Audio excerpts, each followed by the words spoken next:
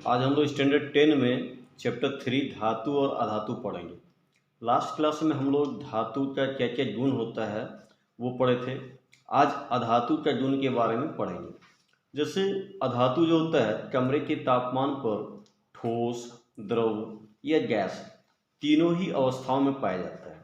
जबकि हम लोग क्या पढ़े थे कि धातु जो होता है कमरे के तापमान पे ठोस अवस्था में पाया जाता है, सिर्फ मरकरी को छोड़ करके।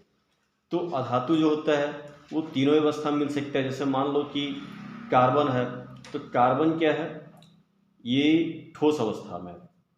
लेकिन बात करते हैं ऑक्सीजन का, तो ऑक्सीजन गैस का अवस्था में है। और जो ब्रोमीन है, ब्रोमीन एक ऐसा धातु है जो द्रव अवस्था में पाया जाता है। ठीक है, इसके बाद हम लोग पढ़ेंगे कि अधातु जो होते हैं वो विद्युत के क्या होते हैं, कुचालक होते हैं। कहने का मतलब ये है कि अधातु से विद्युत पास नहीं हो सकता है। ठीक है, हम लोग पढ़े थे कि धातु जो होता है चमकीला होता है, तो कुछ अधातु भी चमकीला होता है, जैसे कि आयोडीन। आयोडीन में अपना चमक पाया जाता है।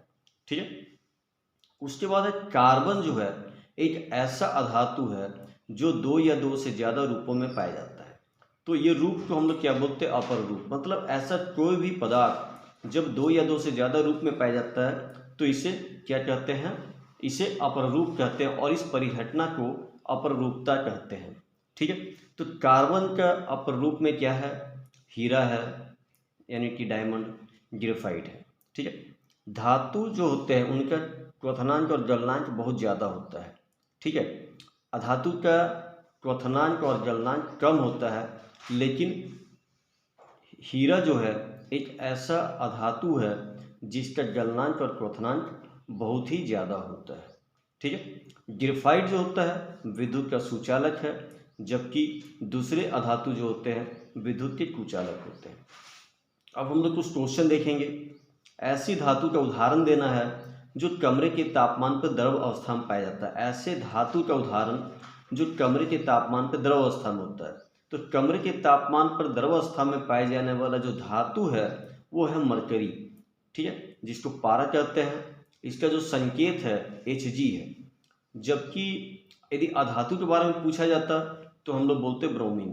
ठीक है, अब ऐसा धातु जिसको चाकू से आसानी से काटा जा सकता है, तो ऐसे धातु में सोडियम है, पोटेशियम है और लिथियम है, जिसको हम लोग चाकू से आसानी से काट सकते हैं।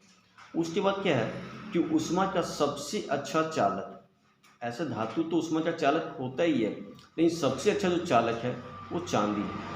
फिर ऊष्मा का कुचालक कौन होता है, तो लेड होता है। ठीक है, उसके बाद क्वेश्चन एक है कि आघात वर्ध और तन्य से आप क्या समझते हैं।